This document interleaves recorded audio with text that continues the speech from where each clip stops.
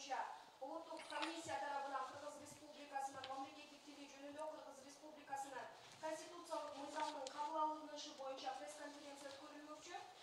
Бүгүнкү пресс-конференциянын коноктору Осмоналиев Кандыбек агай Кыргыз Республикасынын президентине караштуу мамлекеттик тил жана тил саясаты боюнча улуттук комиссиянын төрагасы профессор Самудинов Токтосун агай Кыргыз эл акыны Байчечекей балдар журналынын башкы редактору жана Керимов Дүйшөн агай журналист Кыргыз тили газетасынын башкы редактору. Сөз Осмоналиев Кандыбек агай сизге берилмөкчү, баштай берсеңиз болот. Рахмат. Саламатсыздарбы, урматтуу массалык маалымат каражатынын өкүлдөрү, урматтуу журналисттер. Бүгүнкү биздин пресс-конференция берүүбүздүн эң негизги себеби болуп, бул жакында эле урматтуу президентибиз кол койгон абдан маанилүү мыйзам жөнүндө сөз болмокчу. Баарыңыздардын кабарыңыздар бар. 17 июлда президент Садыр Жапаров мыйзамга кол койду. Бул конституциялык мыйзам. Мыйзамдын аталышы мынакей менин колумда турат. Кыргызча жана орусча редакциясы. Расмий аталышы Кыргыз Республикасынын конституциялык мыйзамы Кыргыз Республикасынын мамлекеттик тили жөнүндө деп аталат. Мыйзам 40 беренеден турат. Бул мамлекеттик мыйзам анын үстүнө конституциялык статуста болгондугу, анан өзүнүн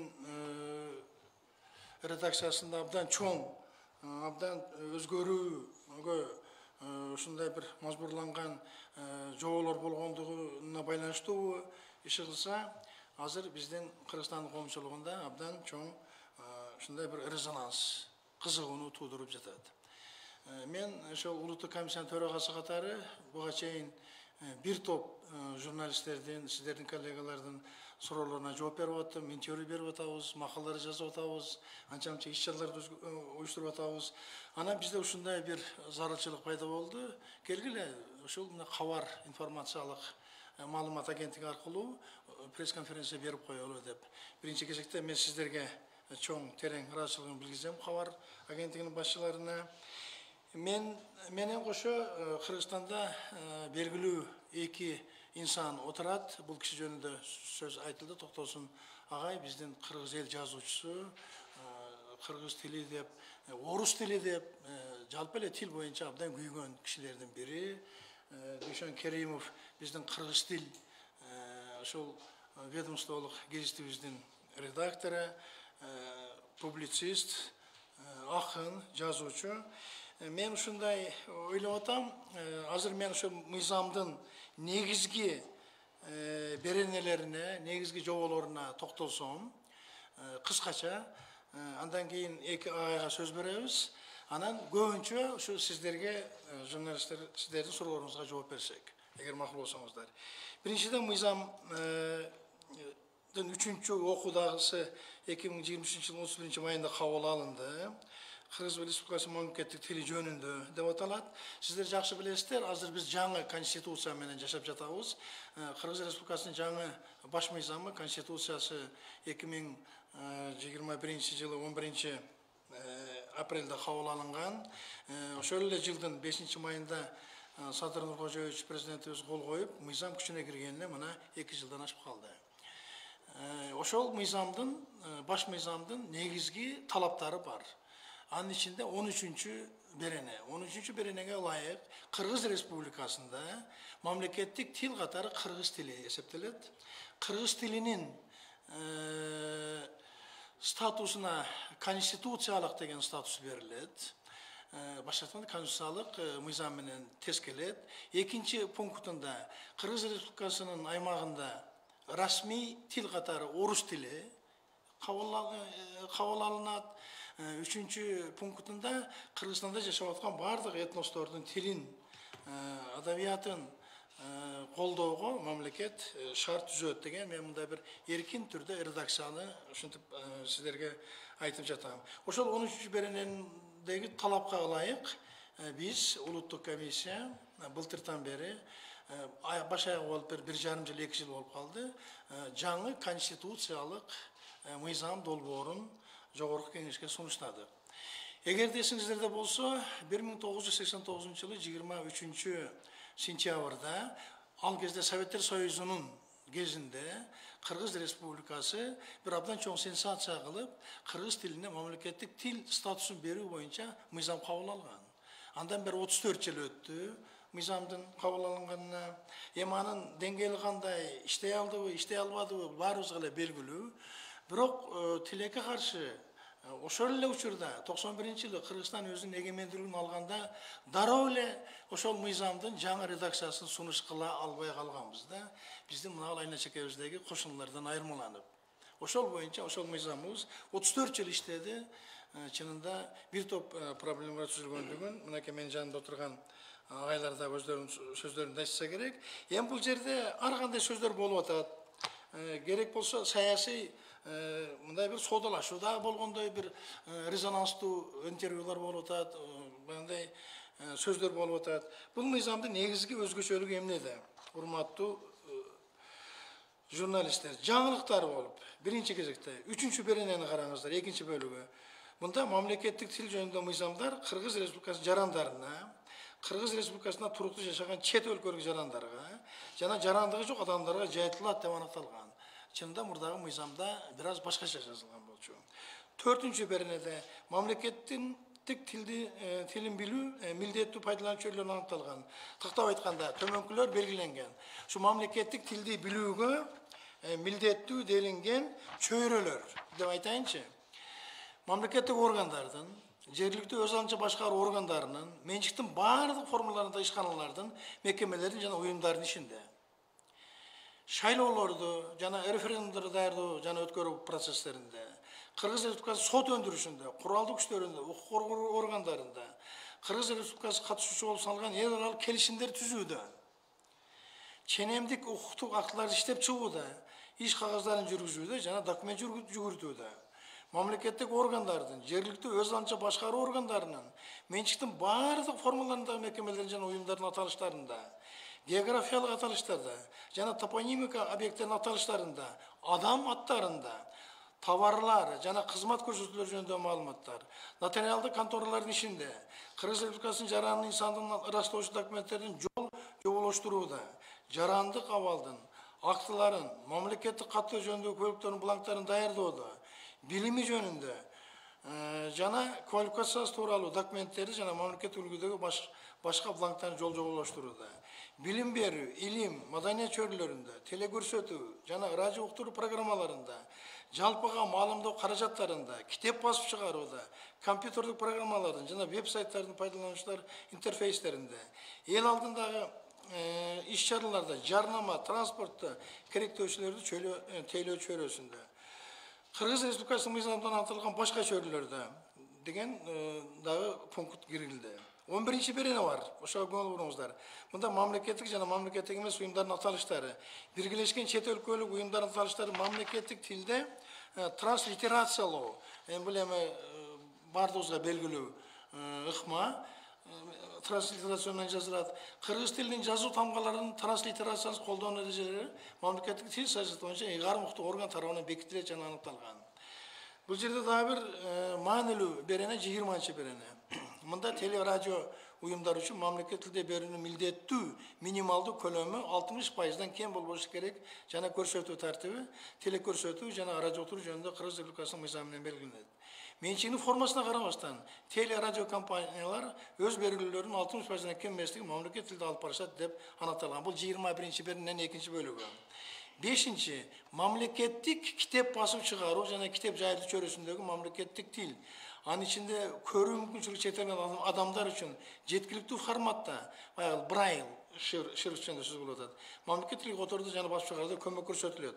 23-чү беренеде бул абдан чоң резонанстуу жаңылык болуп өттү. Жогорку кеңеште абдан катуу талкуу болду. Кабыл алынды. 32-чи беренени айткым келет, урматтуу журналисттер. Мында мамлекет тилди билүүгө жана анын кызматтык милдеттерин аткарууда пайдаланган милдеттүү адамдардын тизмеси аныкталган. Ушул 32-чи берененин эмесинин айла чекесинде да сөздөр болуп атат. Буларга кимдер кирет? Kırgız Respublikasının mamleketlik jana munisipalдык kızmat orunlarının reislerinde belirlenen tizimdeki mamleketlik jana munisipalдык kızmatçılar. Sözsüz mamleketlik tilde bilүү. Kırgız Respublikasının Jogorku Kеңешинин депутаттары, жергиликтүү кеңештин депутаттары, Kırgız Respublikasının Улуттук банкынын кызматчылары, içki işler жана башка укук коргоо органдарынын офицердик жана жетектөөчү орто жана жогорку курамдагы адамдар, башка органдардын атайын наамдар ыйга алуучу кызмат адамдары, içki işler organдарынын жана башка укук коргоо органдарынын атайын наамдар ыйга алуучу катардагы сержанттык жана старшина курамдагы адамдар, соттор, мамлекеттик уюмдардын соттор, прокурорлор, адвокаттар, нотариустар бардык менчик формаларында окуу жайларынын жетекчилери кызматкерлери билим берүү мекемелерине жана бул жерде Ж деген байламтаны биз калтырдык. Ал жөнүндө эгерде суроо болсо мен сиздерге жооп берем. Илимий мекемелерге чакырылган жана илимий педагогикалык кызматкерлер же чет тил окутуучулары катары убактылуу негизде иштеп аткан чет өлкөлүк жарандардын же жарандыгы жок адамдардын тышкары педагогикалык жана илимий кызматкерлер. Ушул мына пункттун айла чекесинде абдан чоң баягындай бир соодачылык жүрүп жатат. Мына бул жерде так даана жазылып турат. Мамлекеттик жана муниципалдык саламат сактоо мекемелеринин медициналык кызматкерлери, Кыргыз Республикасынын жарандары болуп саналбаган адамдардын тышкары мамлекеттик жана муниципалдык менчик формасында ишканалардын мекемелердин жана уюмдардын кызмат адамдары жана кызматкерлери. Ушул жерде негизги мен ушу биздин улуттук комиссиянын көз карашы боюнча өзгөчөлүктөрдү келтирдик. Бул биздин сайтта ал турсун, урматтуу президентибиздин сайтында бардыгы илинип турат. Мен негизги расмий маалыматты сиздерге бердим. Суроолорго жооп берүүгө даярмын. Ага чейин урматтуу алып баруучу, эгерде мүмкүн болсо, ушул эки агайга катары менен сөз берип койсоңуз. Рахмат.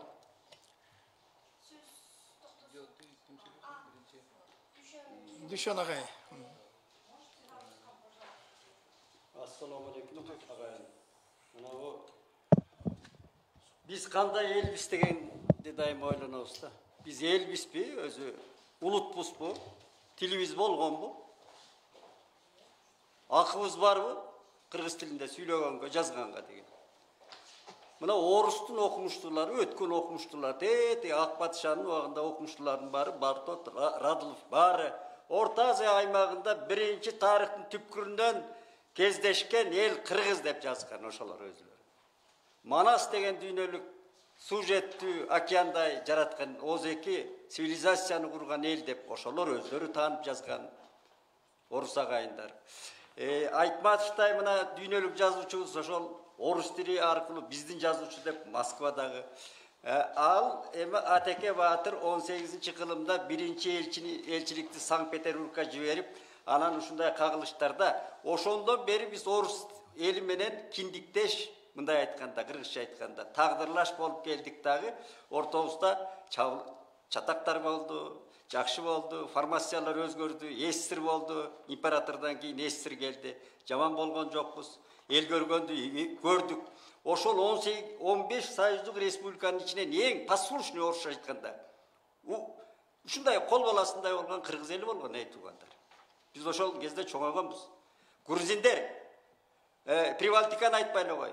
Армяндар, мынабу өзбектер, ошондо эле орустар өзбекче гапырчу.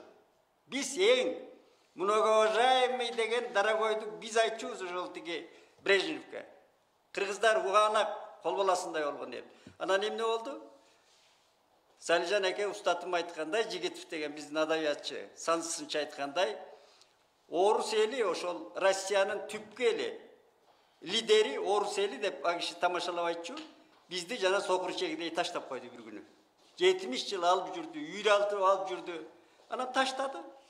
Жанагы кургакка таштаган балыктай болуп, соолуп, акактап, анан өзүбүздүн белибизди бууп, сомубузду кийирип, каранан жеп, эт жебей калып, анан кайра киши болуп, эл болуп, мамлекет болуп, телчип келатабыз эми.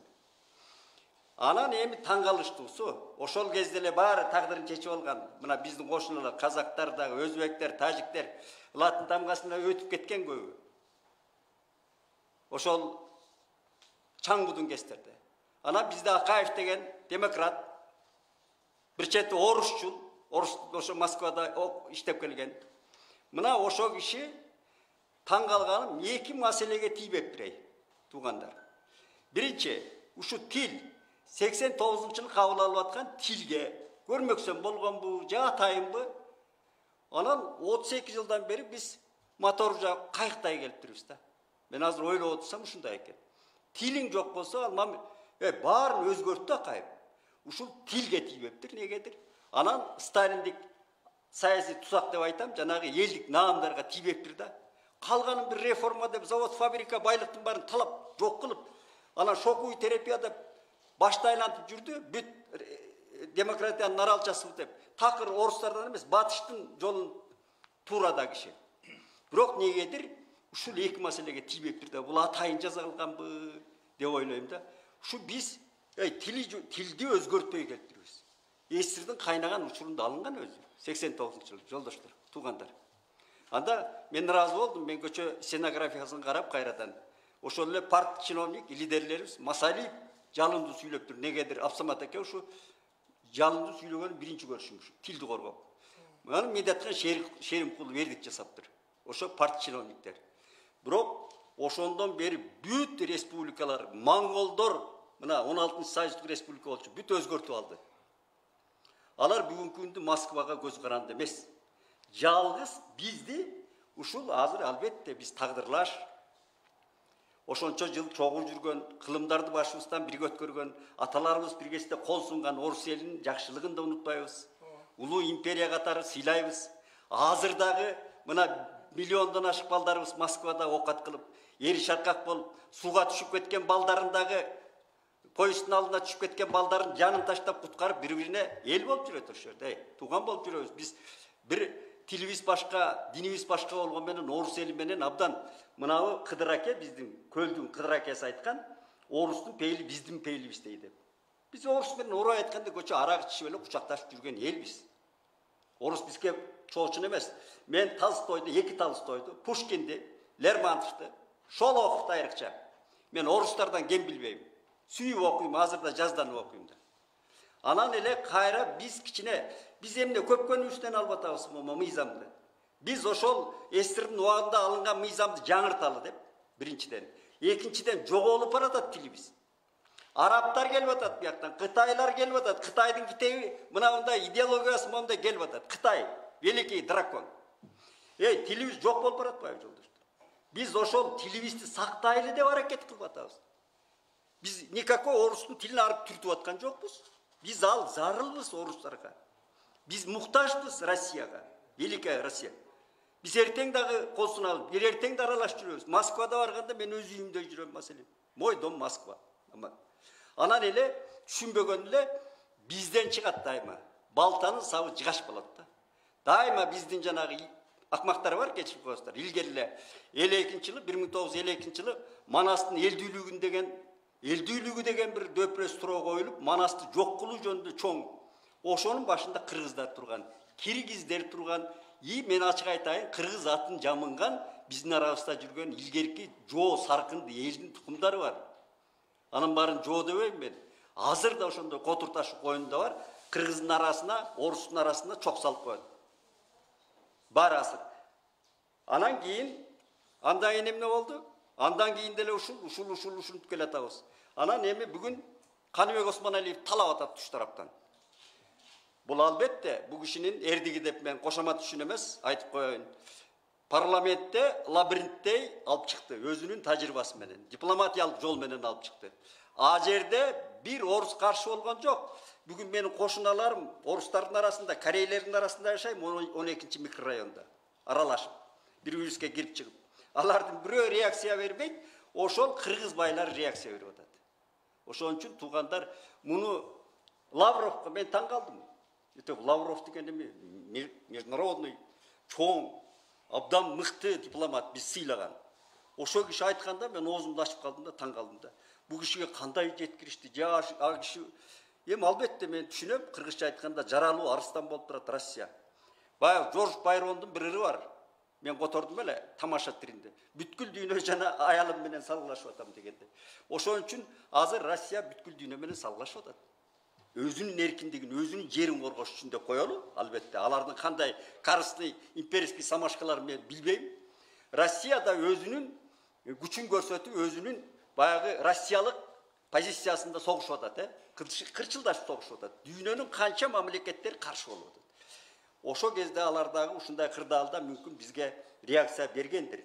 А эмне үчүн өзбектер өтүп кетти, эмне үчүн казактар өтүп кетти, Азербайжандар жакын турган, бүт латын тамгасын өтүп кеткен давно. А биз кыймылдасак эле, азыр дагы эле ушундай. Бул баары өзүбүздөн чыгып атат, туугандар. Ошон үчүн туураны туура айтып жүрөлү. Президентке да рахмат дейли. Баарыбыз биргелешип, муну биздин арабызда жүргөн мынабы биздин жергиликтүү орустар, казактар, өзбектер баары колдоп атат. Аны биздин кыргыздар, киргиздер, кыргыз эмес улуттар бар биздин арабызда. Башка орус эмес. Мен атын айтпасам да түшүнөсүңөр. Биздин байыркы жоолорубуз бар. Ушулар чыгарат дайыма. Ошон үчүн кечирип койгула. Биз эч кандай кылчактабастан алдыга жылышыбыз керек. Өлүп бараткан Арал деңизинде куурап бараткан тилибизди сактап калышыбыз керек. Биз эл катары. Инстинкт ушундай айтып турат бизде. Рахмат.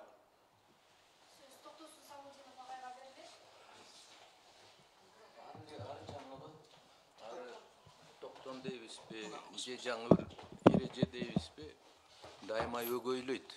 Ал өзү табигый көрүнүш го. Ар бир эле биздин адабиятка байланыштуу, тилге байланыштуу жаңылыктарыбыз туп-туура аябагандай 100% туура болду деп колдогон кишилер азыраак болуп эле. Сынчылар доо койгондор көбөйүп кетет. Муну азыркы айтып аткан жаңылык боюнча дагы ар ким өздөрүнүн пикирин айтып атат, бирок кандайдыр негативдүү жолдуга да түшүп аткандар бар.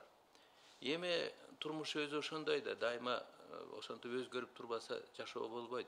Анан кыргызда жакшы макал бар. Чапанчанды чапсаң, көйнөкчөнгө доо кетет дегендей. Себеби мына биздин Байшекей журналы Кыргызстандагы кичинекей бөбөктөрдүн айталык 3 жаштан баштап 8-7 жашка чейинки бөбөктөрдүн журналы. Быйыл 47 жыл болду. Ошо үзүлбөй чыгып келатат. Демек биз эне тилдин биринчи тепкичин алып жүргөн бизбиз. Ошон үчүн бизге жана чапан көйнөкчөн болгон бизге доо кетип атат. Анткени Совет заманында айталык эме ал башка доор, аны мактай турган жерлери да көп, сындай турган жерлери да бар болчу. Советтер Союзунун тушунда ачылган журнал градация деп коебуз, дифференциация боюнча биринчи бакча балдарына тиешелүү, баштагыч класстар, анан кийин пионер курагы, анан кийин комсомол курагы деп баягы Лев Николаевич Толстойдун детство, отрочество, анан кийин юноспу. Мына ошондой градация сыяктуу ошо дифференциация жасалган экен. Ошондо бизде да бар болчу, пионер журналы, газетасы, Байшекей деген октябряттар үчүн биз жалгыз калдык, күкүктүн баласындай жалгыз калдык. Советтер Союзунун тушунда, жана айтып атпайбы, Советтер Союзунун биз мактай турган жерлери көп эле. Анткени мына улуттук тилге, улут маданиятына чындап келгенде аябагандай чоң көңүл бурган экен. Аны акыйкаттык үчүн айтып коюшубуз керек. Себеби өткөндүн баарын жамандай берген азыркынын баасын билбей калат дейт. Мына ошол Байшекей журналы бир кезде 80 000 нуска менен чыкчу айына. Азыр 8 000 менен чыкса сүйүнөбүз. Демек биздин тынчыбыз кете турган учурга келиптирбиз. Анткени журнал баштан аяк кыргыз тилиндеги бөбөктөрдүн биринчи журналы, башка журнал жок, альтернативасы жок. Эгер альтернатива болсо, анда берди журналисттер деле айтат эле, эл да айтат эле, ай мына журнал Байшекейдин кереги эмне? Башка мындай сонун журналдар чыгып атыр балдар үчүн. Дейт эле. Бирок бир караңганы күкүктүн баласындай кармаганы Байшекей журналы болуп атат. Ошон үчүн мына тил комиссиясына байланыштуу мындай доолор же болбой турган болсо кичине бир мындай сын пикирлер бизге дагы тийип аткандай болуп атат. Ушундай кыйын заманда биздин журналыбызды сактап калышыбыз керек. 47 жыл сактаган журнал дагы кыргыздын балдары үчүн сакталса дейбиз. Альтернативный журналдар чыкса дейбиз, тилегибиз. жарыш болсо дейбиз, бирок ал болбой атат. Болбой атканын көп себептеринин бири жанагы финансыга деле байланыштуу. Албетте кичине элдин жалкоолугуна да байланыштуу. Экинчиден заман өзгөрбөдүбү? Азыр эме мына жаш жигиттер, кыздар айланайындар. Мына мындай болуп атат. Кыргызда мына орус тили бизге айталык 80 жыл, 100 жылдын аягына жакындап калды. Ошол жылда аябагандай аралашып кеттик. Ал турган мындай bir söz var. Пятницада телефондон звонить эткин десе, ар бир кыргыз хорошо деп жооп берет. Демек кыргыздын сөзү экен деп ойлойбуз. Пятницада телефондон звонить эткин. Эткин деген сөздөн башкасынын баары орусча болуп атпайбы? Бул ошондой заманга өтүп алдык биз. Ошол норма болуп калды. Грамматикалык да, лингвистикалык норма болуп калды. Демек бул кимге коркунучтуу? Бизге коркунучтуу. Орустун тилине эмес, биздин тилибизге. Бул эмне деген сөз? Жанагы винегрет дейбизби, салат дейбизби, эмне деген тилге өттүк? Ото чөптөрү жайнап кетти. Экинчиден, биздин тил деп жүрүп, тили тишилген түгөлбөй абабыз айтчы. Айнанайым мени күйдүргөн иштер болуп атат деп. Себеби айтчы, кыргыздар бала төрөлгөндөн, наристе төрөлгөндө өмүрлүү болсун деп атын Өмүрбай коет экен. Азыркы жаштар айнанайындар жаман апат сөзгө айландырып Умербай деп аттарын Умербай кылып алышыптыр деп. Эмне деген сөз чын эле? Умер деген сөздөй болуп атпайбы? Өмүрбай дегенде Умербай деп. Ошон үчүн буга окшогон нерселер бизде аябагандай толгон токой. Себеби мындай, илгери Назым Хикметтин эгер мен күйбөсөм, эгер сен күйбөсөң, каран түндү жарык кылып ким күйөт дейт. Кыргыз өзүбүздүн тилибизге, улуттук тилибизге, төл сөзүбүзгө жаныбыз ачыбаса, айтпасак, биз башка улуттарга тийишкен жок, мында тийишкен эч нерсе жок. Просто жана жалаокордо иштер жасап атышат. Себеби орустун тили деген оондун жумушчу тилинин бири. Эч ким ага мындай тийише албайт. Анткени ал тургай өзүңөр жакшы билесиңер тарыхты. Илгери дворяндар, светское общество деп коет, Пушкиндин доорунда орустун көпчүлүгү француз тилинде сүйлөшчү. Пушкинди да француз деп коюшчу. Анткени француз тилин орусча айтканда совершенство владел. Даже ыры жакшы экен французча. Бирок Пушкиндин орус касиети айтып атпайбыз. Солнце русской поэзии дегендей, ал орустун тилине реформа жасаганда. Ошондой эле бизге деле реформа керек болуп турат азыр кыргыздын тилине Пушкинге окшоп. Себеби биз ошо жана орусча сүйлөп атпайбызбы? Ал кезде французча сүйлөсө, француз тилин чаңган жок алар, бирок орустун тилин көтөрүүнүн аракеттери жасалган. Ошон үчүн мына бу азыр орус тилдүү журналисттер отурган болуш керек. Если хотите, задавайте и на русском языке, я постараюсь отвечать по поводу нашего журнала «Байчекей». Анан ушундай достор, жаш достор, мына вот вам, вот русскоязычным. Журнал последние годы у нас почти одна из 16 страниц журнал «Байчекей». Одна страница или две страницы мы как раз опубликуем тексты, вот игровые особенно, языковые тексты на русском языке. Вот здесь, например, посмотрите, для детей, изучающих русский и английский языки. По Лондону шел Кеттеген, ондай. И вот, например, следующий номер, «Конный дворик», тоже одна страничка. Это даже у нас такая есть рубрика «Изучаем русский язык, играя». Так что журнал познавательный, занимательный и развлекательный. Так что вот три кита нас спасает, потому что сейчас киргизские ребята, они в совершенстве владеют русским языком. Никто не возбраняется, надо поддерживать. Но, как говорят, как сопоставительная грамматика, и через русский язык, через киргизский язык они должны знать другие языки. Поэтому тенденция журнала «Байчекей» всегда была и остается. Так что и на английском, на французском, но игровые такие, поскольку Корней Чуковский сказал, для детей писать надо забавно. Так что наш журнал забавный, игровой, Поэтому претензий Байчичекею не должно быть, наоборот, поощрять надо. Вот в других республиках, например, в Казахстане, в Узбекистане, они издаются на двух, я имею в виду, по два возраста, для дошколят и для младших школьников. А у нас единственный журнал, который вот и для дошколят и для октября, как его называют, для младших классов школы, вот у нас есть такое затруднение, конечно. Но тираж, конечно, желает лучшего. В этом отношении должны нам помочь Министерство образования, как его, на местах есть школы, средние школы. Вот это у нас большое упущение. Я вот, используя момент, просил бы, пусть Байчикеев выписывает через почту. Мы так не распространяем. Это через почту. Почта тоже в наше время, помните, не так работает, как в советское время или как раньше. Поэтому наши трудности есть. Лучше было бы нашу конференцию, пресс-конференцию, вот вопрос ответов, пожалуйста, пожалуйста. Какие будут такие злободневные вопросы, я, например, готов отвечать. Агай, Усатпа, орус тілді журналистерге расмий тілде қысқаша маалымат беріп қойбайсыз ба? Мыйзам жөнүндө. Ушул бизде абдан чоң традиция болуп калды да. Азыр мен мына кыргызча айттык, мамлекет тилде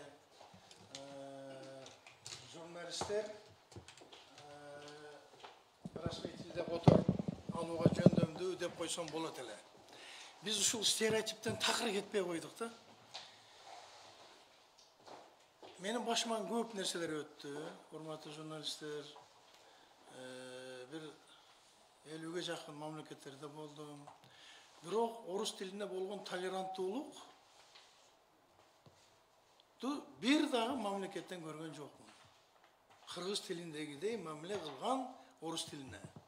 Ал турсун Беларусьтан эле көргөн жокмун. Азыр айтып атышат, мынакей орус тилин сыйлоо боюнча Беларусьтан андан Кыргызстан жок. Тескерисинче, орус тилин сыйлоо, демократиялык мамиле кылуу боюнча Беларусьта бизден ат чабым артты. Ат чабым артты, хотя экөө тең славян элдери. Албетте, мен комментарий кылып бере алам, комментарий кылам. Бирок ага чейин мен мынау бүгүнкү күндө биз жолуккан, мына жерде отурганга себепкер болгон биздин мамлекеттик тил жөнүндө конституциялык мыйзамдын экинчи беренесине көңүл буруңуздар, урматтуу журналисттер. Анткени орус тили боюнча абдан чоң спекуляция, соодагерчилик болуп атат. Бүгүн эртең менен мени дагы бир айтышты, Осмоналиев этнофашист. Экинчи статьяда жазылып турат, мен орусча окуп берейинчи. Статьянын аталышы «Использование официального языка и других языков». Тилекке каршы ал турсун Россия Федерациясынын кээ бир жоопкерчиликтүү адамдары орус тилин Кыргызстандан сүрүп чыгарып атат мына жаңы мыйзам деп таркатып атышат, сөз таркатып атышат. А бул статьяда эмне деп жазылып турат? Окуп берем. В Кыргызской республике в качестве официального языка используется русский язык. Яйланайындар. Дагы эмне деп жазыш керек? Эки жолу жазып коелу. В Кыргызской республике в качестве официального языка используется русский язык деп 3 жолу кайтып жазалыбы. Андан кийин жазылып турат. Использование официального языка осуществляется в порядке, предусмотренном законодательством Кыргызской республики. Bundan артык кандай, мисалы үчүн бир башка республикада жок мындай нерсе. Ушундай эле редакция биздин конституцияда жазылып турат 13-чү беренеде, 13-я статья. Экинчи пунктында Кыргызская республика придерживается принципа свободного использования языков представителей всех этносов, проживающих на ее территории, и гарантирует создание условий для развития этих языков. Мына Токтосунова азыр ошону эле айтты. Баягындай популярдуу тил менен. Каждый гражданин Кыргызской республики имеет право на создание условий для сохранения, изучения, развития своего родного языка. Ну, я кыскача айта турган болсом, то, что мы сейчас обсуждаем, вот этот закон имеет, естественно, значит, статус, так сказать, конституционного. Здесь в основном преимущество дается, значит, тем моментам, которые должны были по логике вещей. Смотрите, 3 статья, 2 пункт. Здесь указывается, что в качестве, значит, государственного языка, естественно, выступает кыргызский язык. И статус кыргызского языка распространяется в ряде, значит,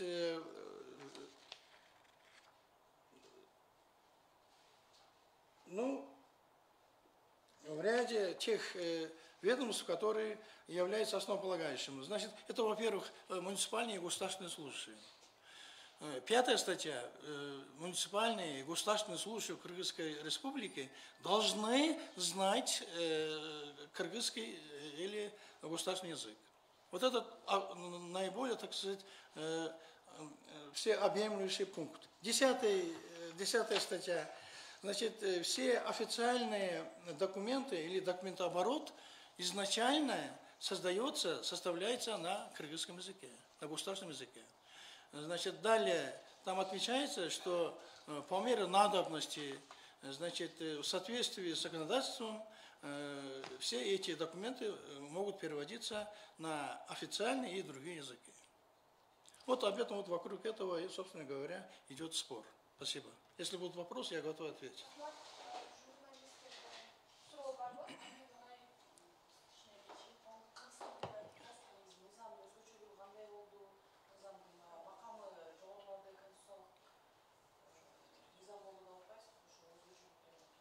Мен сұрауыңызға түсінген жоқпын. Микрофон жоқ қой, мен болбай жатады. Дағы бір жол айтыңыз. Тоқталдым мен, 20 минут тоқталдым, мен азыр қайталай алмаймын. Сіз кешірсеңіз, мен күнәлі емеспін. Можно вопрос? Как вы планирует комиссия популяризировать кыргызский язык? Какие-нибудь новые программы, да, создаются ли, чтобы кыргызский язык был доступный для образования, да? Кыргызский язык доступен. Кыргызский язык, вокруг популяризации кыргызского языка мы очень интенсивно работаем за последние 10-15 лет. Другой вопрос, как оно воспринимается обществом. Если конкретный человек хочет изучить кыргызский язык и воспользоваться этим языком, то все условия сегодня в Кыргызстане имеются. Имеется в виду какие-нибудь программы обучающие? Программы обучающие были созданы 20 лет назад. Причем в нескольких вариантах. Вам не кажется, что они устарели и сложные? Нет, не кажется. Они каждым годом, каждым днем усовершенствуются. Другой вопрос, у вас есть желание, так сказать, воспользоваться этой программой? Мен кыргыз окшодуңуз. Кандай Иностранец келет, там, бемеге айтып берип атабыз да, силер кыргызчаны билсеңер деп ойлонсоңор. Ошол программа мындай доступныйраак болобу деген. Доступный эле, кызым, доступный эле. Башка маселе сиздин көңүл коштугуңузду мен байкап эле турам да.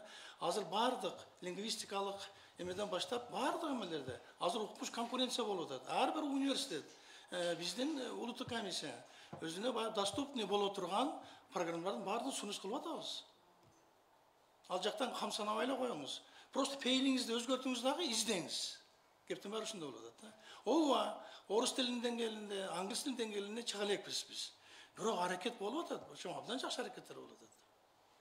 Бул мына кичинекей бөйөктөр журналы келе. Энелерге, ата-энелер, чоң энелер окуш керек эле. Себеби мындай болуп атат. Бул жалаң эле кичинекей бөйөктөр үчүн эмес. Бул үйдө азыр балдары, кыздары Россияга, Казакстанга кетип калып, кемпир чалдар неберелерин багып калды. Ошо бизге телефон чалышат. Биздин интернет менен көп жумушубуз жок экен, анан биле албайбыз, соткаларды иштете албайбыз. Бизге ошо Байсеги журналы ай сайын чыккан алипбеге окшоп атат. Экинчиден жана орус тилинде дагы котормо сыяктуу болуп берип атабыз да, сопоставление, салыштырмалуу. Ошо да жакшы болуп атат. Ошон үчүн тилди үйрөнүш үчүн чын эле жогору жактагы разговорниктен дагы бер жакта тепкичтер болуп атпайбы? Себеби кичинекей балдардын тили менен тил келет да. Эне тил деп бекеринен айткан эмеспиз да. Ошон үчүн муну ата энелерге айтарбыз. Ол Байшеке журналы мындайча айтканда журнал для семейного чтения деп да коет. Себеби үй бүлөлүк журналда болуп атат да. Ошон үчүн мунун жанагындай тил үйрөнүүгө, тилдин ар кандай кызыктуу нюанстарын кармап калганга чоң энелер эмес, чоң аталар үчүн дагы, балдар үчүн дагы мындай бир аңгемелешкенге жакшы болуп атат. Ал тургай биз бир жарда сунуш кылганбыз. Бүгүн баары кыргызча деген бир майрам сыяктуу өткөрүш керек. Ар бир үй бүлөдө кыргыздын тилинде кыргызча тамактар жасалып, кыргыздын тилинде сүйлөшүлүп, кыргыздын тилинде табышмактар айтылып, эгерде башкача кичине мындай башка тилге аралашып кете турган болсо, ага кичинеге жаза пул деп коебузбу, штраф салгандай игровой формада жумасына бир жолу. Ошентип тилибиз деген бул статичный нерсе эмес экен. Бул өнүгүп туруш керек экен. Өнүгүп туруш керек экен. Ошон үчүн мен ушундай сунуш кылар элем силерге. Кыргызча бир жыл ичинде, бир жылда канча кыргызча китеп чыгат? Кыргызча Бул кызым бираз Senin satarası başka memleketten hazır gelgende. Sen Kırgızdın kızı olsan, jurnalist bolsоң угуп ал, карындашым кичине оройроп болсо капа болбо. Мына нуска деген дүкөнгө барсаң, немистер келип үйрөнүп атат, алып атат. А сен тескери басып атасың. Кыргыз. Мына балтанын сабы жыгаш деген ушул. Ар намыстан калган эле экенбиз. Мен орой айтайынбы? Көбүбүз. Бизди мейге койгулап атып, же жалкотай болуп калганбыз, же болбосо ушундай кайдыгер болуп калганбыз да. Ай туугандар, биз Россияны эле карап аткан жок, азыр биздин балдар Америкага кетип атат, океандын ар жагында жүрөт. Банкты башкарып атат кыргыздар. Эмнеге мынча эчме болосуңар? Азыр ушу кыз канча китеп чыгып атат дейт. Китептер өтпөй атат. Кыргызча китептер толтура, өзүнүн мамлекет китепти чыгарбайт. Бүт авторлор өзү чыгарып алып, мына нуска деген дүкөндү билесиңерби? Барсаңар китеп толтура турат. Ар кай жерде базарларда кыргыз китеп жайнап турбайбы? Мына өткөндө бизди Новопокровкадан бир кыз келип таң калтырды. Немис кыз экен, немец кызы кыргызча үйрөтүп атат чет мамлекеттен келгендерге. Туурабы? Ооба. Анан өзүбүздүн кыздар, балдар ушинтип турса, кичине ар намыс болуш керек да туугандар. Уят эмеспи? Асылбек, баарына бериңиз, эмне көтөрүп жүрөсүң аны? Алган мына кыздар. Кол көтөрүп атат могу жигит. Кол көтөрүп атат. Госслужащие, которые язык не знают, с ними что будет? Не понял. Госслужащие, которые не знают государственный язык, с ними что будет? Этому госслужащему было время 34 года, чтобы он знал кыргызский язык. Если этот госслужащий гений, то он в течение полугода изучит кыргызский язык. Все сроки вышли уже. То Давно. есть его уволят. Уволят. Да. А учителя, врачи? Как? Учителя, врачи. Учителя, врачи – это не госслужащие. Прошу не путать. Господина Лаврова этим не подставили некоторые очень умные, в кавычках, люди. Государственные служащие – это муниципальные служащие, имеют особый статус. А учителя, врачи – это не госслужащие. Запомните, пожалуйста, раз и навсегда. Не надо спекулировать вокруг этого. Менде бир суроо, жана башында айтканыңызбы, же деген байламтаны алып салдык депчи. Ошондо мисал келтирсем, сейилдөөгө чыкканга же киного барганда балдарымды алып алам деген ордуна же кайсы сөз колдонулат? Ушуну кененирээк айтып берем. Түшүнбөй калыпсыз. Элине, сиз филологсузбусуңуз? Жок. Мен да филолог эмес.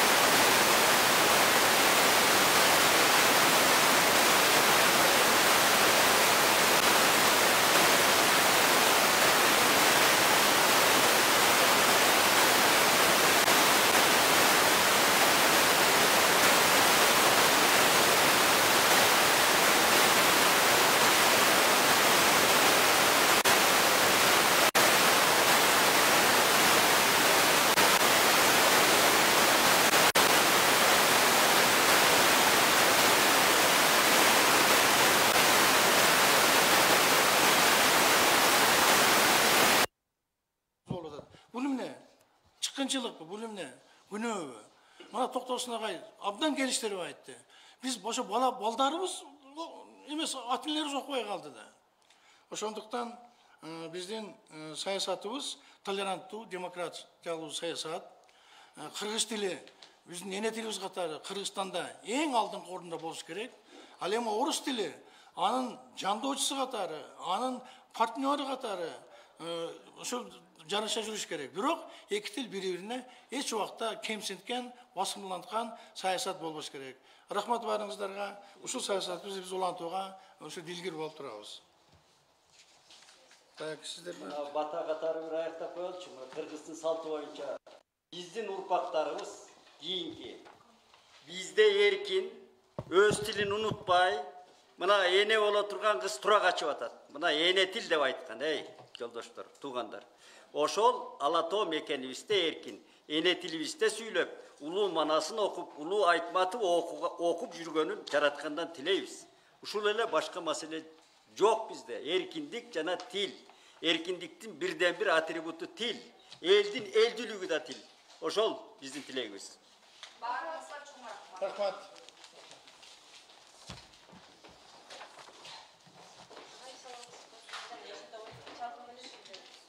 Азыр үчөө сизге жооп Болдубу?